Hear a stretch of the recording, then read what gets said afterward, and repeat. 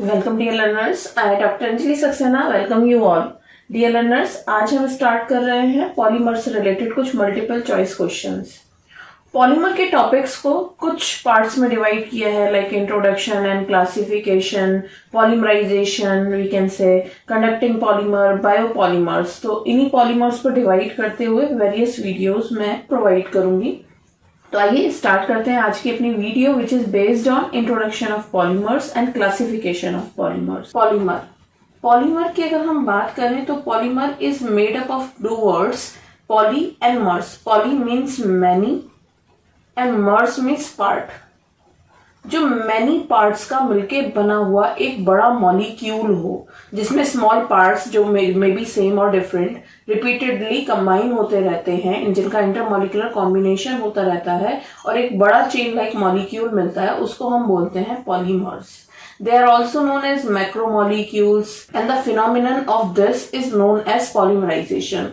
तो आइए question start करते हैं। Which of the following has the largest molecular mass? Monomer. Monomer वो होते हैं जिनसे मिलकर मॉलिक्यूल बनता है। Dimer are those in which two monomer units are present. Oligomer are those which have same type of unit but number is few small type of unit जिसमें होती हैं, उसको हम बोलते हैं oligomer. While D is polymer वो होगा जिसका मॉलिक्यूलर मास लार्जेस्ट होगा। So D is the answer. Second question देख लेते हैं। अ मॉलिक्यूल और group of molecule when repeated to get a polymer is termed as. एक ऐसा मॉलिक्यूल और ग्रुप जो मॉलिक्यूल में बार बार रिपीट होकर पॉलीमर को बनाता है। फॉर एग्जाम्पल, मैं एक एग्जाम्पल के थ्रू समझाती हूँ, जैसे कि CH2 double bond CH2, this is ethylene. अब suppose n number of ethylene के मॉलिक्यूल का एडिशन हो रहा है, तो ये डबल बॉन्ड के दोनों तरफ इस तरीके से एडिशन होता चला जाएगा और जितने मॉलिक्यूल प्रेजेंट है n मॉलिक्यूल, उनका एडिशन होता चला जाएगा। सो डियर लर्नर्स, ये तो कहलाएगा मोनोमर जिनसे मिलके मॉलिक्यूल बन रहा है, और जो मॉलिक्यूल बन रहा है वो कहलाएगा पॉलीमर। बट ये जो unit all over the polymer repeat होगी, यूनिट जो all over the polymer repeat होगी, इसी को हम बोलते हैं रिपीट यूनिट। और ये जितनी बार रिपीट होगी यानी n टाइम रिपीट होगी, तो इसको हम बोलते हैं डिग्री ऑफ पॉलीमराइजेशन। तो second question is a monomer or group of molecules when repeated to get a polymer is termed as, it is repeat unit.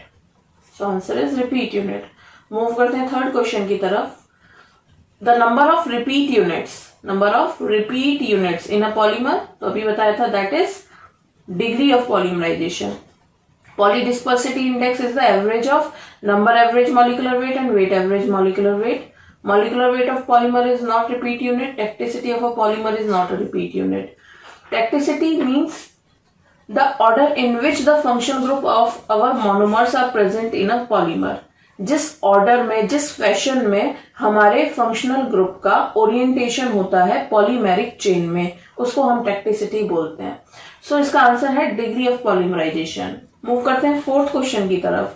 The molecular weight of a polymer is expressed number average molecular weight, weight average molecular weight. दोनों ही type से हम molecular weight निकाल सकते हैं। किसी भी polymer का जो मॉलिक्यूलर वेट निकाला जाता है वो एवरेज मॉलिक्यूलर वेट निकाला जाता है।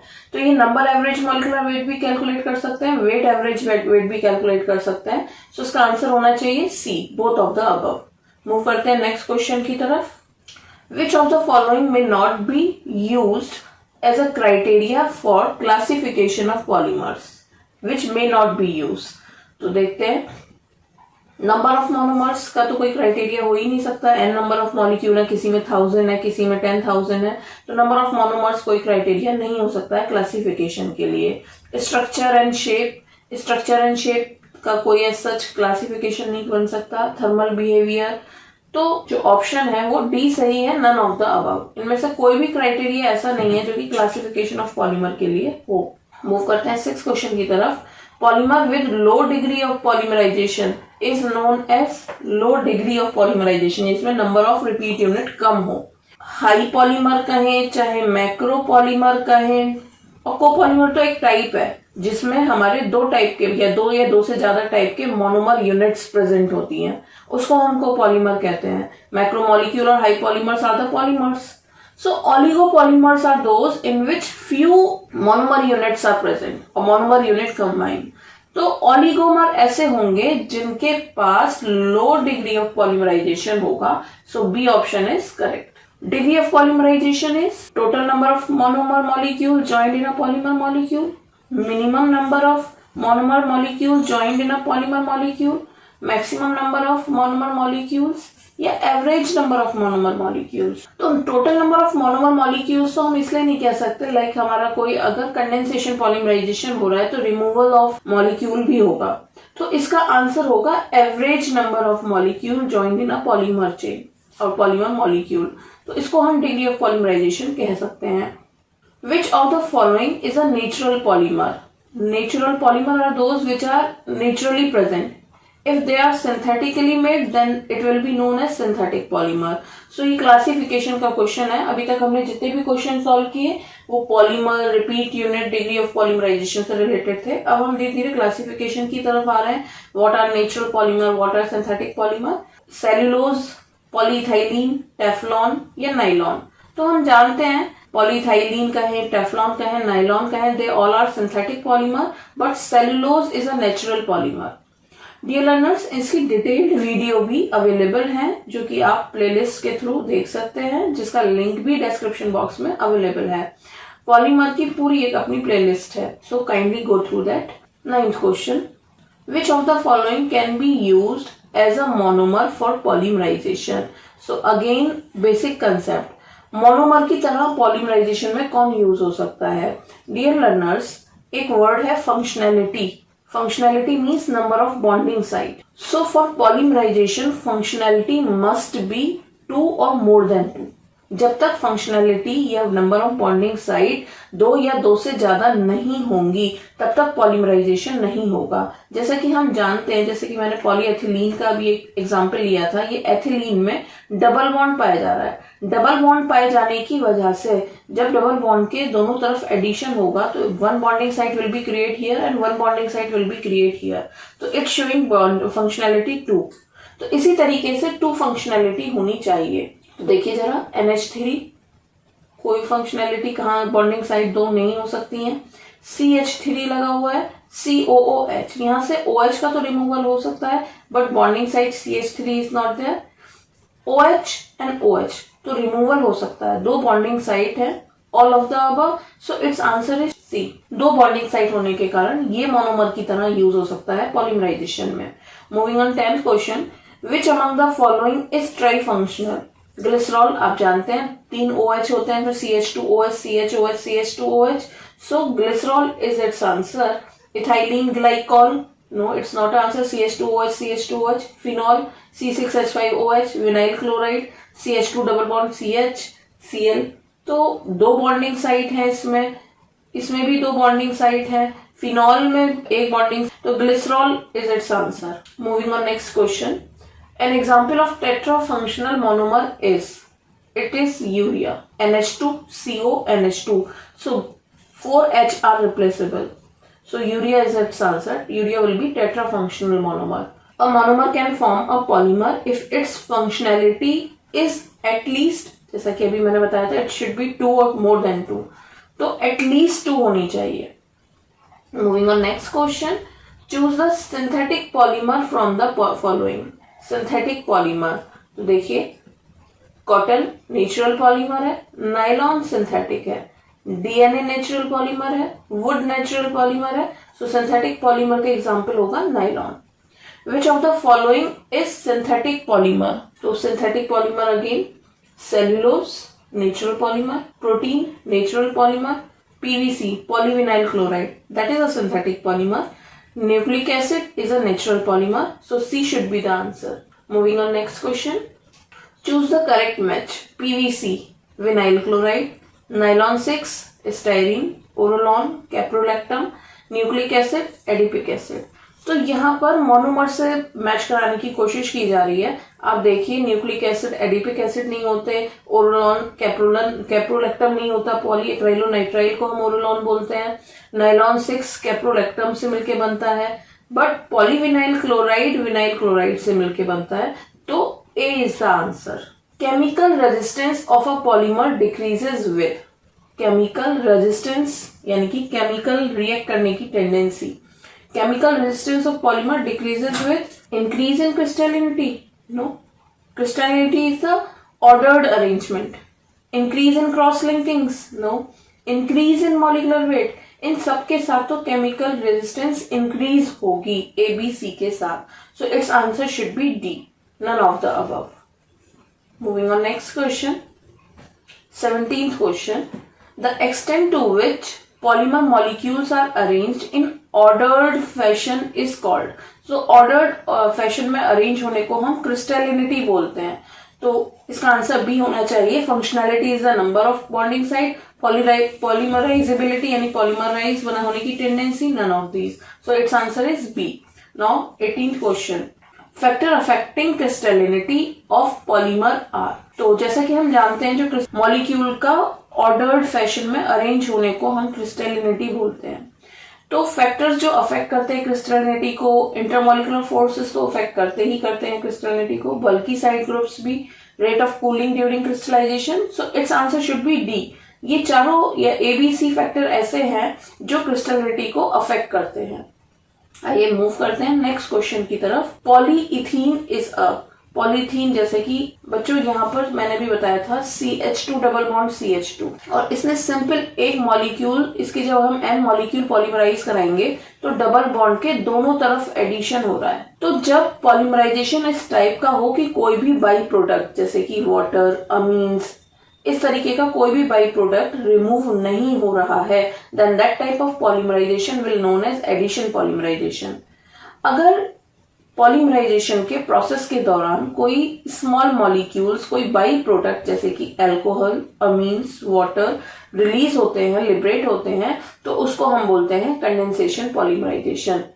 तो पॉलीइथीन, ये इस वक्त जो स्क्रीन पर एग्जांपल दिखाई दे रहा है इथीन से पॉलीथीन बनने का दिखाई दे रहा है। So they are asking they are addition polymer और कंडेंसेशन पॉलीमर, मोनोमर और none of these. Polyethene, poly word लगा है तो मोनोमर तो होगा ही नहीं, तो कंडेंसेशन पॉलीमर भी ये नहीं है, तो एडिशन पॉलीमर इट इज।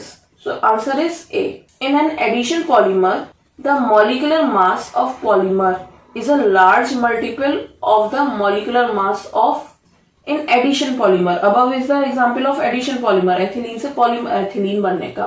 तो molecular mass of the polymer is a large multiple of the molecular mass of, किसके लार्ज मल्टीपल होगा? तो एडिशन पॉलीमर में अगर हम होमोपॉलीमर की बात करें, होमोपॉलीमर मीन जो सेम टाइप के मॉलिक्यूल जिसमें केवल एक टाइप के मॉलिक्यूल मिलके बने हुए हों, बट अगर दो टाइप के मॉलिक्यूल मिलके बने हों प्लस जैसे कि ए मॉलिक्यूल और बी मॉलिक्यूल, इनके बीच में अगर पॉलीमराइजेशन हो then that type of repeat unit we will get. So this is also a addition polymer, this is also a addition polymer, but this is homopolymer. First one is homopolymer in which one type of monomeric unit is present, while second one is a copolymer in which more than one type of monomeric units are present. Both are addition polymer, but molecular mass किसके large multiple होगा? So in the case of homopolymer we can say monomer. In the case of homopolymer we can say it can be multiple of monomer, but in case of copolymer it will be the large multiple of repeat unit. So all over in a addition polymer the molecular mass is a large multiple of repeat unit we can. So monomer के तो हो सकता था अगर हम सिर्फ homopolymer के लिए restricted हो, monomer plus water के लिए नहीं होगा, none of these के लिए नहीं होगा, so its answer is repeat unit. Moving on, 21st question. What monomer are commonly used in addition polymerization? Addition polymerization में यूज होने वाले मोस्ट कॉमन एग्जाम्पल देखते हैं एक बार। देखिए अमाइड, तो अमाइड जैसे कि CONH2, तो मान लीजिए इसमें R ग्रुप प्रेजेंट होगा, देखते हैं। एस्टर्स, एस्टर्स होंगे RCOOR, साइक्लोहेक्सेन, हेक्सेन या एल्कीन्स जिसमें डबल बॉन्ड पाए जाते हैं। तो एल्कीन्स ऐसे होते हैं जो कि एडिशन पॉलीमराइजेशन में मोस्ट कॉमनली यूज होते हैं। यहाँ पर रिमूवल ऑफ बाई प्रोडक्ट होगा, चाहे हम अमाइड कहें चाहे फंक्शनल ग्रुप कहें। जब इस रिमूवल ऑफ स्मॉल प्रोडक्ट होगा so they will form condensation polymerization और they will involve in condensation polymerization. Alkenes are those in which addition of molecule takes place due to the presence of double bond. So its answer is B. Homopolymer is obtained by the polymerization of homopolymer and copolymer. I have discussed before. One type of monomeric units, yes, they will involve in homopolymerization. Two types of monomer unit will form copolymer. Either of these, none of these. So its answer is A. 23. A monomer made up of more than one type of monomer is termed as. More than one type of monomer जो involve होंगे, they will be known as copolymer. 24th, which one is a copolymer? तो बहुत सारे monomers मैंने आपको बनाना बताया हुआ है एडिशन पॉलीमराइजेशन में, जैसे कि टेफ्लॉन की बात करें अगर हम तो CF2 double bond CF2 is its monomeric unit. Butadiene 4 carbon chain होगी एंड 1 N3 पर डबल बॉन्ड होगा। पीवीसी की monomeric unit CH2 double bond CH Cl polyvinyl chloride. Nylon 6 is that type of example which is a copolymer जिसमें hexamethylene diamine और adipic acids are involved as a monomeric units. So nylon 6 is a copolymer. Teflon, butadiene and PVC they are homopolymers. Moving on, next question. When two or more different monomer units participate in polymerization, blank are found. दो या दो से ज्यादा monomer unit participate करेंगी polymerization में तो क्या पाया जाएगा? It will be monomer, it will be functionality, it will be copolymer और none of the above. So more than one type कहें या टू और more different type of monomeric unit कहें तो we will obtain copolymer. So C is the answer. Blank plastics cannot be remolded. So plastics are of two types, thermoplastics and thermosetting plastics. Thermoplastics are those which on heating get softened and which on cooling get hardened. They are known as thermoplastic. Due to its property, they can be remolded again and again. While thermosetting polymers or thermosetting plastics are those plastics which cannot be remolded again and again, as they get hardened or rigid on heating. So once they are set, they cannot be remolded again. So plastic cannot be remolded are thermosetting plastics. Moving on, next question. Polymer that can be softened on heating and hardened when cooling. Softened on heating and hardened on cooling. As I discussed, they are known as thermoplastic polymers. While polymers that can reversibly into hard and rigid materials on heating and cannot be reshaped once it sets is thermosetting plastic, of course. Moving on, the last questions. A polymer molecule in polymeric chain differs in length and size. The molecular weight of polymer is always. एक polymer के molecule का या कहें polymer molecule में जो polymeric chain होगी उसके length और साइज जो होते हैं वो डिफर करते हैं. जो मॉलिकुलर वेट होना चाहिए पॉलीमर का वो अप्रोक्सीमेट होना चाहिए और इट शुड बी एवरेज और it should be a sharp value और all of this. So it will always be a average value. Molecular weight is always average value. Number average molecular weight, weight average molecular weight. So that is average. Branched polymers are amorphous in nature. Yes, they are amorphous in nature. Having regular arrangement of polymer molecule, it will be depend. We can say tacticity पर ही depend करेगा कि हमारे जो molecule हैं वो ordered वे में arrange है, functional group जो साइड चेन्स की फॉर्म में प्रेजेंट है, रेंडमली अरेंज हैं या फिर ऑल्टरनेटिवली अरेंज हैं. उसको हम टैक्टिसिटी या कहें on the basis of stereochemistry classification कहें तो that is known as tacticity. तो ब्रांच पॉलीमर में it will depend on the side chains which may be a functional group.